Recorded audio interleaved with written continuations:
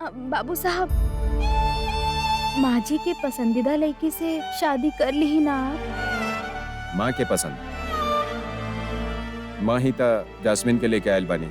हाँ, वो माँ जी ना, आपके माँ जी, गायत्री माँ जी। ओ, काली, शायद तू भूल गईलू, हमार माँ के पसंदीदा लड़की तू बाड़ू।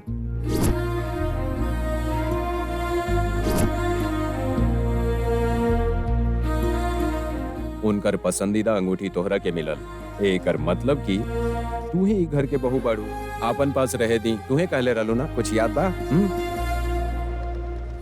तो अब ऐसन काहे कर रहल बाड़ू? तब तो हम आपके बचावे खातिर। ओह, और अब का हो गई? अब भी आपके ही खातिर हम। मेंटल? ऐसे ही तोरा मेंटल ना कहनी। तू जे भी कहे के चाहताड़ू, ठीक से बोला, साफ साफ बोला। एक्चुअली ना ना ना ना, प्लीज ना, तोहरा कुछ भी करे की जरूरत ना बा। शर्त के बात रख के हमार दिमाग खराब कर चुकल बाड़ू। तू हम तोहरा के मासूम लड़की समझत रहनी, लेकिन हम जान गए नी हम मासूम बा, तू ना बाड़ू। गुस्सा मत करी बाबू साहब, एक बार सुन ली ही ना।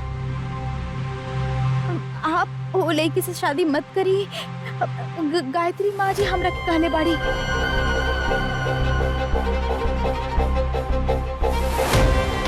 काहे? जास्मिन माँ के पसंद नहीं खे का? माँ के पसंद तोहरा कैसे पता चली? ओ, तोहर जैसन हम माँ के देख ना सकेनी ना, माँ से बात ना कर सकेनी ना। ओ, तोहरा के पसंद नहीं खे, यही से माँ के भी पसंद नहीं खे। अरे, माँ के नाम के सहारा लेके हम झूठ बोलब का बाबू साहब? आखिर काहे ऐसन करब हम? कूल कूल कूल। ठीक बा, ठीक बा। माँ के जैस्मिन पसंद नहीं खे, यही बात बा ना? हाँ। तू अगर अम्मा के जैस्मिन पसंद नहीं खे, अगर तू ई बात के प्रूव कर देबू, आई मीन साबित कर देबू, ता हम जैस्मिन के मुंह ना दे। तू अगर प्रूव कर देबू, ओकरा बाद तू जे कहबू हम उस सब सुनब, यकीन भी करब।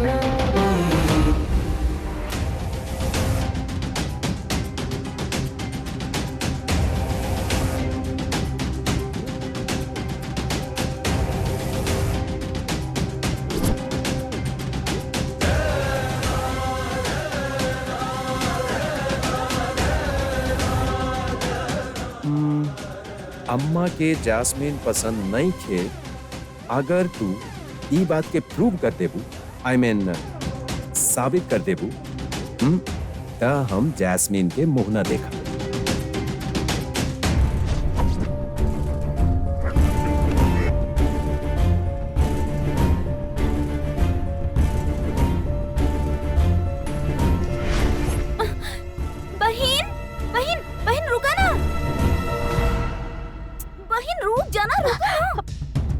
काबिल हंसिका जी, अभी हम कुछ भी बतावे के हालत में नहीं थी। तू कुछ मत बोला बहन, हम खुद बता नहीं। कहा बा पूछा तो सही। कहा बात बा हंसिका जी?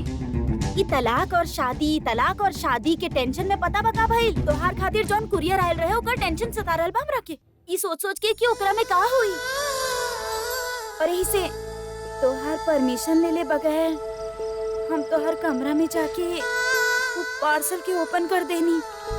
सॉरी बहन। अरे कोनो बात ना हंसिका जी। तू कितना अच्छा लड़की बाड़ू। इट्स ओके यार, उमे का रहे पूछत काहे नहीं खू? पूछा ना बहन। का रहे बताई हमरा? उमे ना सस्पेंस बा, केहू की मत बताइया। तारा क्या के देखे के पड़ी। चला चला चला चला। अब ऐजे रुका, हम अभी लेके आओ तानी।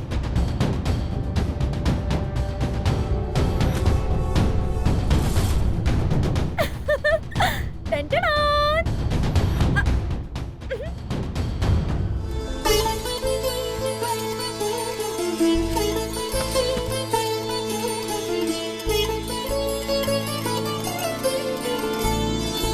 साड़ी हमरा खातिर के भेजले होगी? भेजे वाला एमे एगो लेटर लिख के भी रख ले बा। हम साड़ी देखनी बाकी लेटर के ओपन करके ना देखनी। यही से की केहू और के खातिर आए लेटर के केहू और के ना पढ़े के चाहिए। इला एकरा के तू खुद ही पढ़ ला।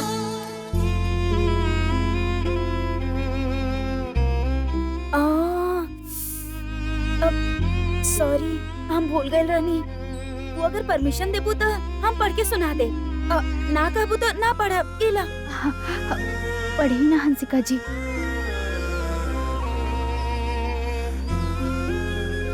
हमार प्यारी बहन काली खातिर तोहार पुलिस भैया चंद्रशेखर के तरफ से एगो भेंट।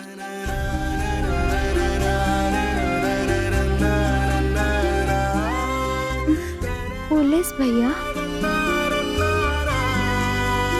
शहर में हमार पहचान के तक केहू भी पुलिस ऑफिसर नाम के भाई नहीं थे। और का लिखल बा हंसिका जी? अगला सोमवार के हमार बहन सुधा के पुण्यतिथि बा। पुण्यतिथि बा। पुण्यतिथि? इहे लिखल बा। बेचारी छोट उम्र में ही लगता मौत हो गई बा ओकर। तहरा के जरूर आवे की पड़ी बहन। हमार बहन के आत्मा शांति दिलावे के खातिर हमार दोसर बहन से पूजा खातिर निवेदन करतानी। हम आपके पुलिस भैया चंद्रशेखर। जले वाला बा। कहा जले वाला बा?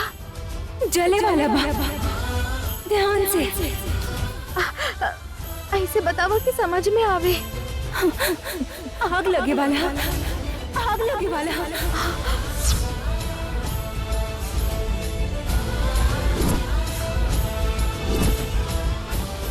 मतलब सुधा मर गई बाड़े।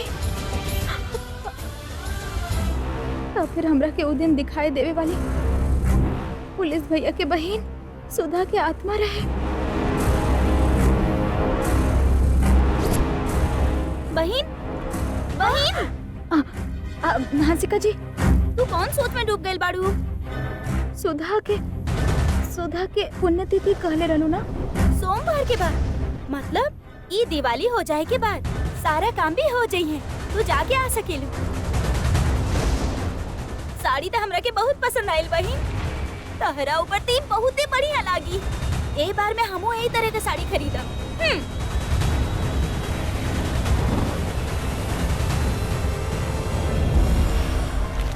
काली काली काली, कहाँ बाड़ू तू? काली, अभी आई नहीं दादी माँ। कहीं दादी माँ? सब खाना खा ले का? खाली विशाल बाबू नहीं खान खैले। लागता शायद बाहर गए होगी है दादी माँ। आवते ही खाए खातिर कहा ना भूलेबू त ई बार भी ना खाई। ठीक बा दादी माँ, हम अपन हाथ से परोस दे। इतना काम कर दे हा। ऊपर पान के डिब्बा भुलाइनी हा, ओके लेके आई हा। अच्छा ठीक बा दादी माँ।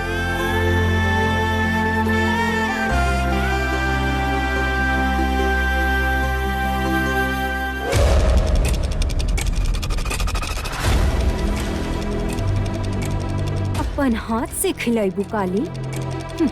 हम अपन चालाकी से अगर तोके विशाल के हाथ से थप्पड़ न लगवाइनी ना तो हमार नाम भी जैस्मिन नहीं खे।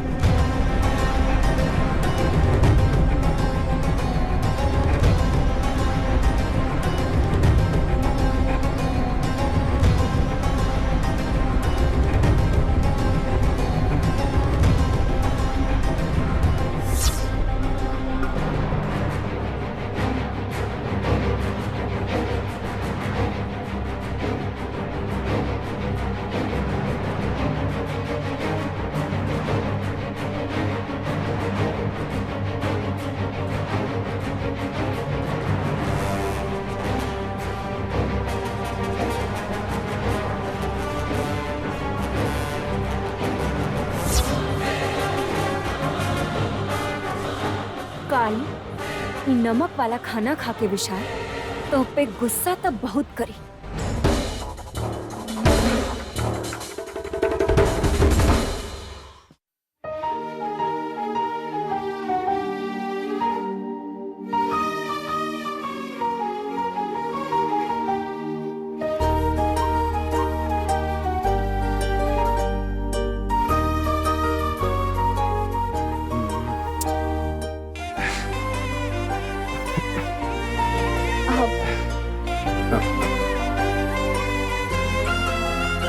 बाबू साहब, बाबू साहब, खाना खाए खातिर आ जाए। ना ना काली, अरे ई का बाबू साहब, हम परोसत बनी यही से। ना ना, ऐसन गलती से भी ना समझिया काली। थोड़ा सा पेट में दर्द बा और कुछ ना। अरे ई का पेट में दर्द तब भूख के वजह से होखेला विशाल। का भइल बा इनका? अरे रे रे, तू के इंग्लिश समझ में ना आवेला ना? तहरा पता बा ना जैस्मिन, काली के अंगूठा के छाप बा। सॉरी फॉर द इंटरप्शन सासू माँ। काली अब अंगूठा के छाप ना लगावेली, शी कैन साइन।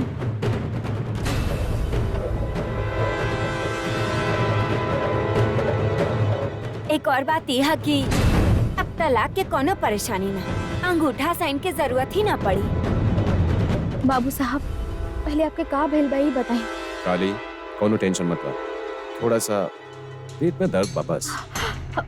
काहे हो रहल बा बेटा? पता ना माँ, दोस्त लोगन के साथ है स्नैक्स खैले रानी, तब ये से हमरा थोड़ा तकलीफ हो रहल बा, यही से खाना ना खा रहल बानी। अगर विशाली खाना ना खाई था, इपे कैसे चिल्लाई, कैसे मारिए थे। विशाल, हम अभी टैबलेट लेके आवता नहीं, रुका। ना हंसिका जी, तनी सा खाए त पेट दर्द कम हो जाई आपके। मना कर रहल बा तो फिर खाए खातिर काहे कर रहलू? छे, नमक वाला बात आंटी के बता देले होती तो अच्छा होगा। हमार प्लान फेल हो रहा है। बाद में खा ली काली। अब ना माँ जी, अभी खाए के होगी। काहे जबरदस्ती खाए खातिर कह रहल बाड़ी?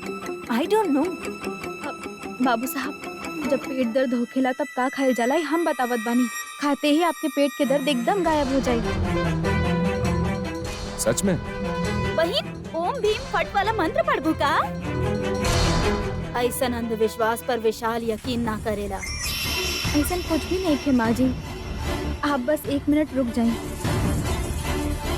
ठीक बा, वो कुछ ट्राई करे चाहताड़ी आंटी। विशाल, आप भी खा के देखी। ठीक बा, अगर काली इतना विश्वास से कह रहल बाड़ी तो जरूर कोई मैजिक दिखेगा। Come on, let's go. आए बाबू साहब।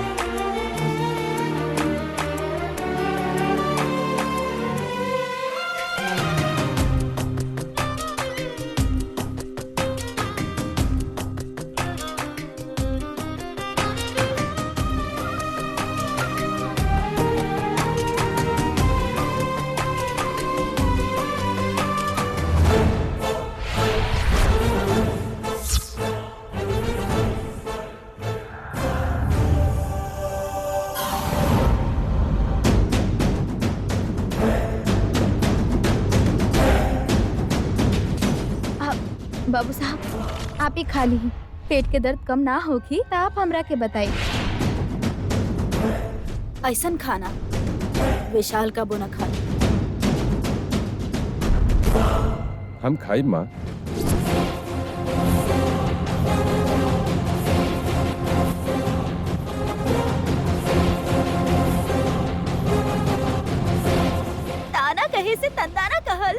प्यार की तरह ना हो सकेला। ओ सॉरी, कुछ ज्यादा बोल देनी का। सॉरी। विशाल, तू खा ला बेटा।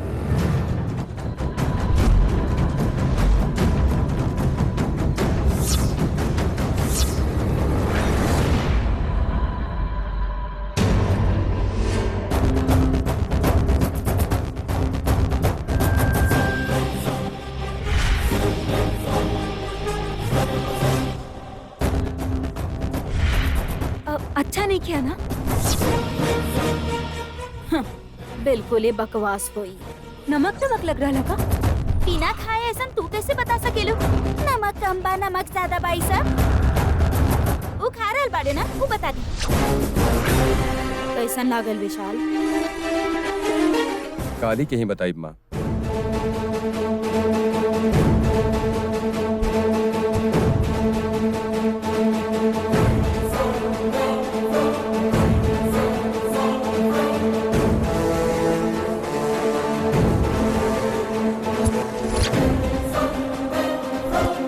काली, तोहर हाथ के बनल खाना खा के विशाल फिदा होके तोहरा के सलाम करता है।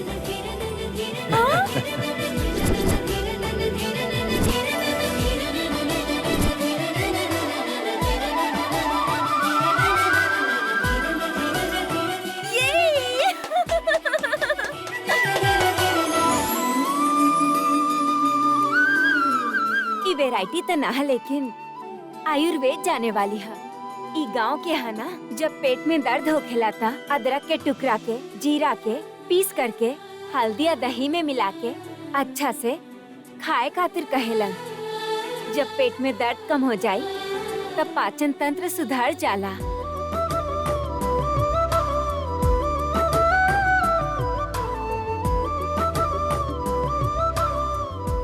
दादी, you are absolutely 100% correct. हमार माँ भी ऐसने करत रही। आप ये सब कैसे जाने नी आंटी? Hey, Jasmine, no. ही माना हमार माँ। मतलब गायत्री देवी सासू माँ?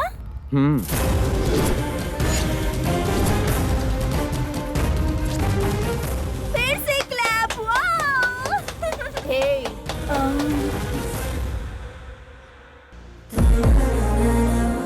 बचपन में पेट में दर्द बा कहत रहनी, तब माँ ऐसने बना के खिलावत रहनी हमरा की।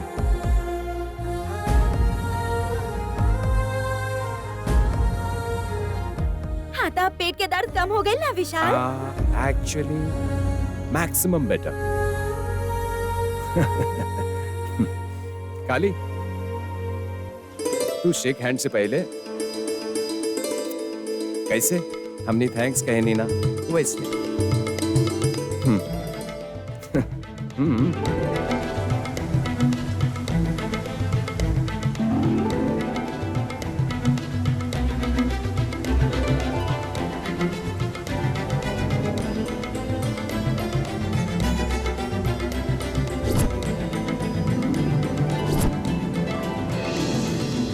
अब फिर से क्लैप, ये! सबके नजर में आप हमरा से दूर जा रहल बाड़े, बाकी ऐसे हाथ मिला के और भी करीब आवे लागल बानी आप बाबू साहब। सच में थैंक्स।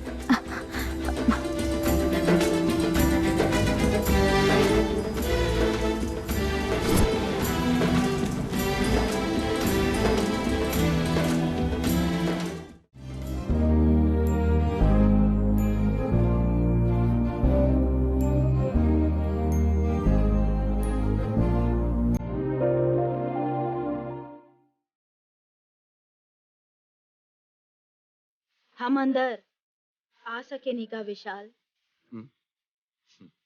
माँ,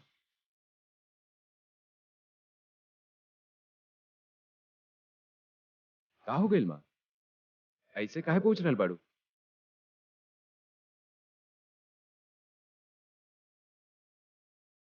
नया बर्ताव बा तोहार, यही से विशाल।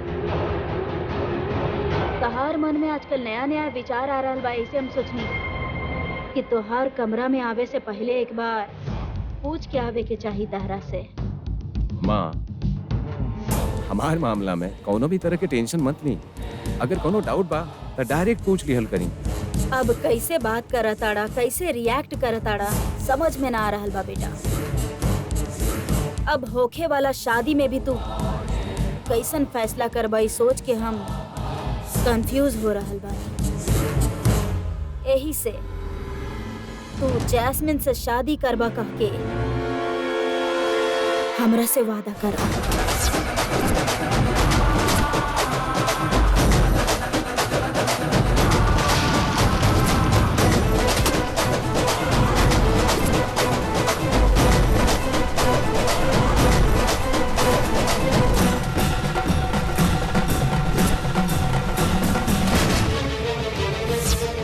हम बानी इतना मान सके, लेकिन हमार माँ कैसे हो सके? बाड़ी बाबू साहब। कहाँ बानी हमार माँ? वहाँ देखिए, वहाँ पे मुस्कुरा के देख रहल बाड़ी।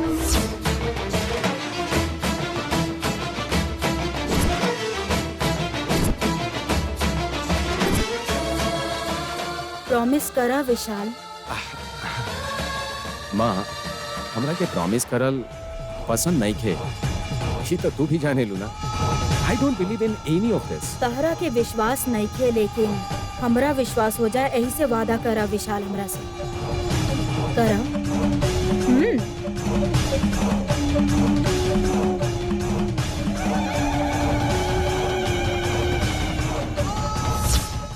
आपके वो लड़की से शादी ना करे के चाहिए, ऐसे गायत्री माँ जी कहले बाड़ी हमरा से। का सोच रहल बड़ा विशाल? हाँ? यही से तहरा से प्रॉमिस लेवे खातिर आइल बा।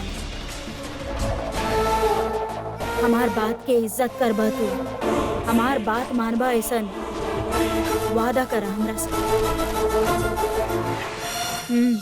वादा करा विशाल।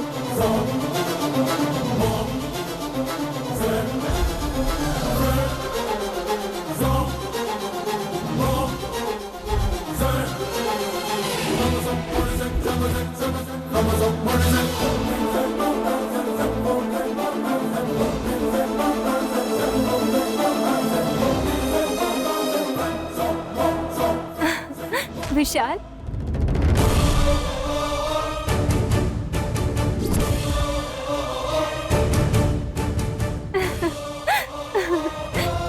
विशाल आप एक बार हमरे साथ चली।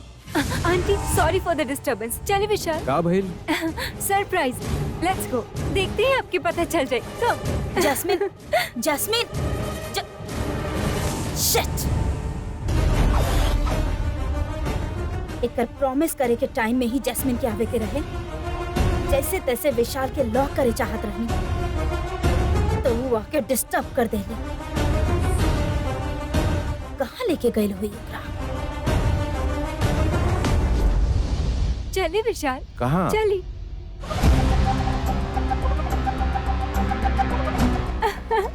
सीधे एक बार वहाँ देखिए।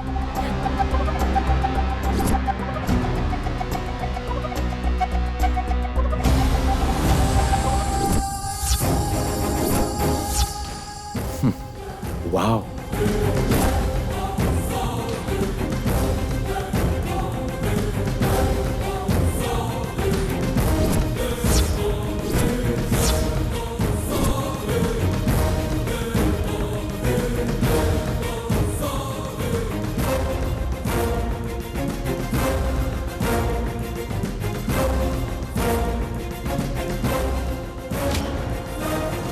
जान लेवे खातिर ही लेके आइल बाड़ी का ई चुड़ैल। फ्लावर्स है विशाल, पूजा खातिर इस्तेमाल करो और पार्टी में भी यूज हो सकेला। कैसे लगल?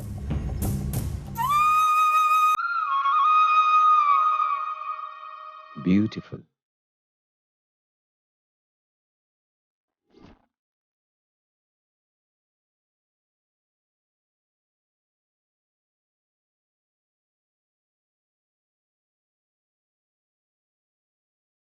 स्पेशली आपकी खातिर मंगवाई है विशाल। फूल आपकी बहुत पसंद है ना?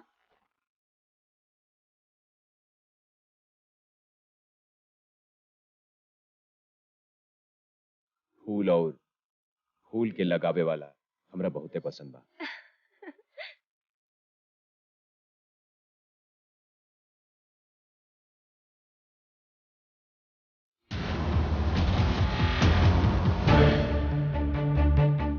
ए माँ जी,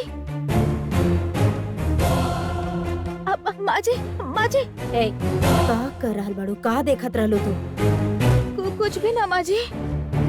विशाल तहरा के काहे देखत रहल? पता ना माँ जी। पता रहत भी फूल लगावताड़ू? निकाल एकरा। मत निकाली ना माँ जी। सुबह सुबह माँ विशालक्षी के नाम लेके लगवले रहनी। ऐसन सेंटिमेंट्स के तक कमी नहीं की, लेकिन सेंटिमेंट्स ना पाले वाला हमार बेटा कहीं तो हर बात तो ना मान रहल बा। तलाक ना दे के परेशान करे वाली तू अब शादी ही नहीं की, रिवर्स में डिवोर्स पेपर के फाड़े वाला विशाल फिर से शादी खातिर मान गई। का बा कहानी? आप हमरा पे कोनो भी शक मत करी माँ जी। सब कुछ जैसे सोचल बा वैसे नहीं होगी। हाँ, आप कोनो बात की चिंता मत करी।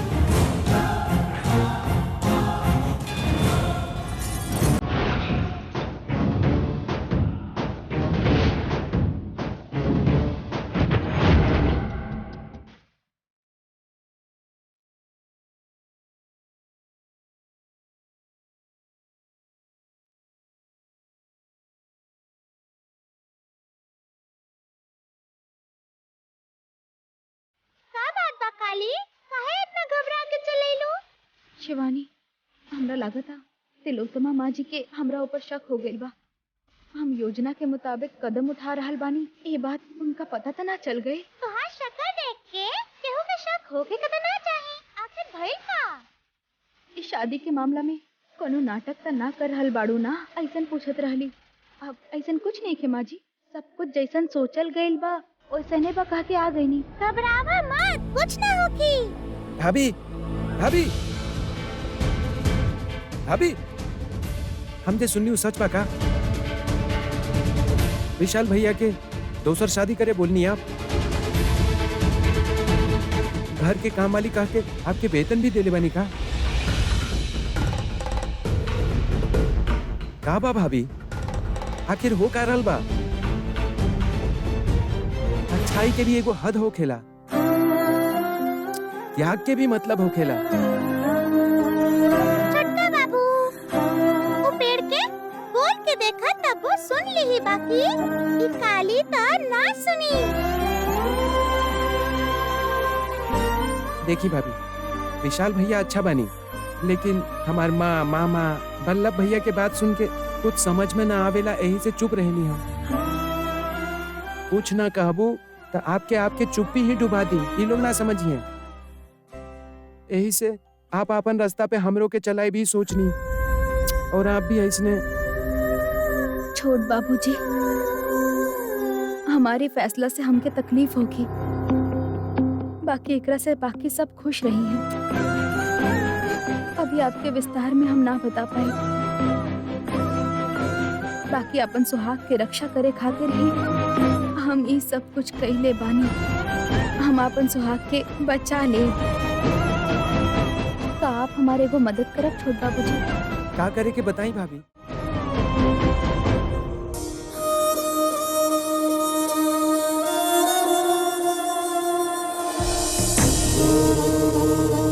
बाबू साहब के दिए ली वेतन के हमारे घर में दे दे, तबे तो लोग के अंदर बहन के शादी करवावे के उम्मीद जाग जाए।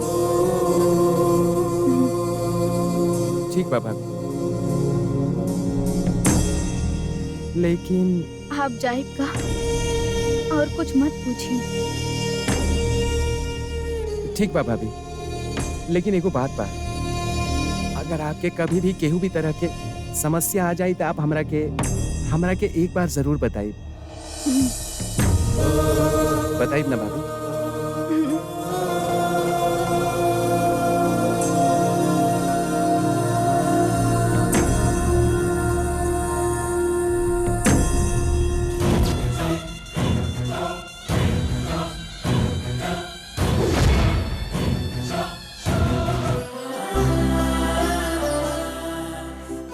दादी माँ, बहुत अच्छा बनल बा।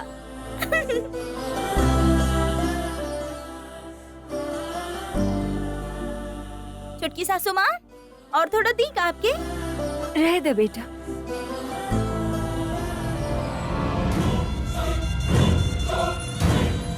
आंटी, काली से का बात करत रानी? कहानी सुनावे खातिर कोनो हमार बेटी बाड़ी का। वो दोनों के शादी रोके खातिर वो कोनो कोशिश तो ना कर रहल बाड़ी। ई सब पूछत रहनी ओकरा से। सब कुछ जैसन सोचले रहनी वैसन ही बोल के चल गई। वो जैसन सोच ली या आप जैसन सोचनी? ध्यान से सोचा था, विशाल खातिर कुछो कर सकेली हूँ काली।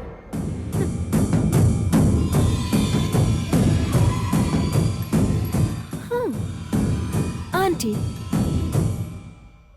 हमार पापा हमेशा एगो बात जरूर कहेला, मासूम लोगन पे बिल्कुल भरोसा न करे के चाहिए। माँ, माँ, माँ, माँ, माँ, माँ, माँ, माँ। अरे रे रे रे, सुनाई दे रहल बा बल्लभ, इतना काहे चिल्ला रहल बड़ा तू? जब हम सच बताई तो तू बहुत खुश हो जाएगी माँ। परशु मामा इज बैक।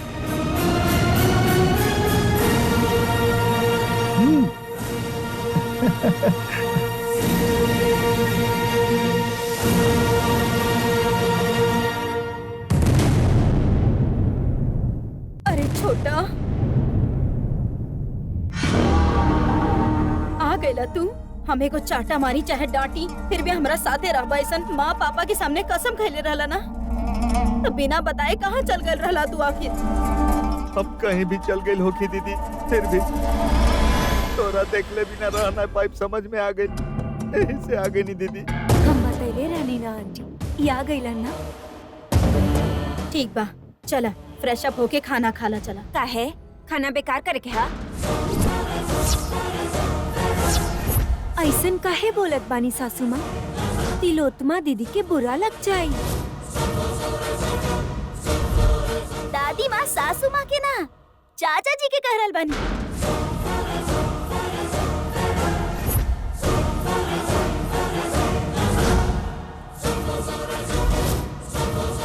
एकर घटिया हरकत से बेचारी काली की कितना तकलीफ भइल होखे। हमनी के भी तकलीफ भइल रहे। मतलब हमार भाई के लौटे से आप लोग खुश नहीं खनी है, कहे चाहे नहीं ना आप लोग?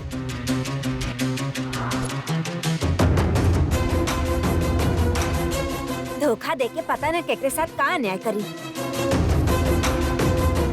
घर के इज्जत कहाँ नीलाम कर दी सोच के डर लगेला। ऐसा इंसान के घर बुला के खाना खिलावे चाहता तिलोत्तमा? भेज दी ही सासू माँ। सब लोग एक साथ योजना बना के आयल बानी। दीदी, हम प्रायश्चित करे खातिर घरे लौट गए तो सब लोग चिल्ला रहल बाड़ी। फिर से जाके कोनो बस स्टैंड में या रेलवे स्टेशन पर रहले दीदी। ए, ओकर तोहरा कोनो जरूरत नहीं है। ब्रो, टाइम पर आ गेल।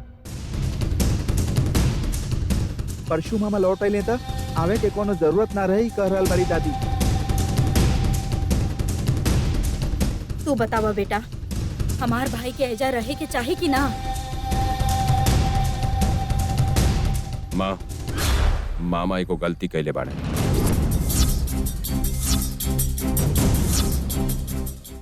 क्षमा करे वाली तक काली भी है।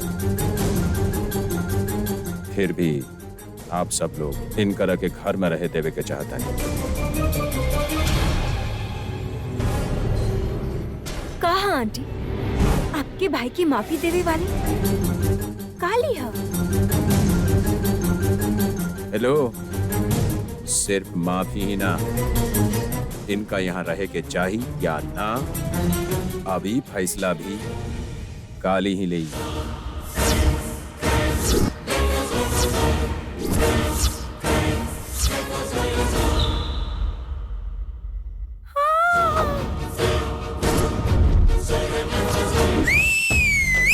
सुपर सुपर ऐसन पावर्स तू काली के कब देबा ई सब हम इंतजार करत रहनी विशाल सच्ची। तब का करबू? लुंगी डांस करबू का? एगो स्टेप करके दिखाएगा, रिसेंटली वायरल भइल बा।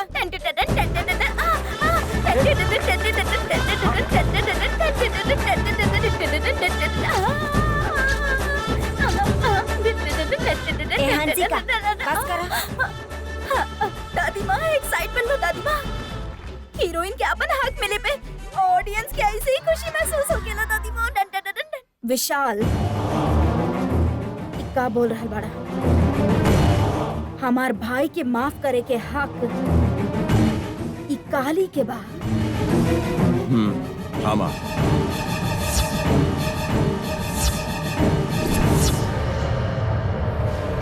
बोला काली, मामा जी के घर में रहे के चाहिए। बाबू साहब, हम तोहरा के ही डिसाइड करे के पड़ी। बोला।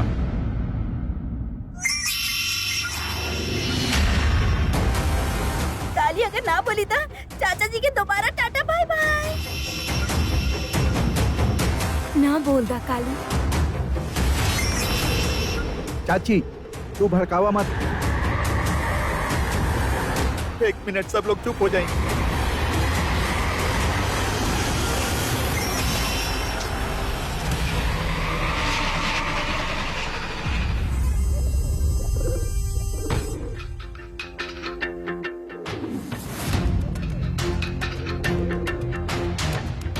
बेटी काली, हमार माँ बाप नहीं के, अपन दीदी में ही हम सबके देख के जी रहल बानी।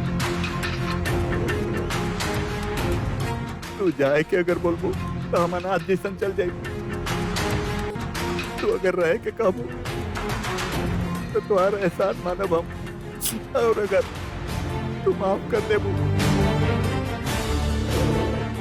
I am very sorry. English में तो तोरा एकर मतलब ना समझ में आई। तोहर पैर पड़त बानी। अरे साहब जी, परसों आप बड़ बानी और छोट के साथ ऐसा ना करे के चाहिए। ना बेटी, बस हमरा माफ कर दा। ए घर के अलावा हमार और कोनो सहारा नहीं खे।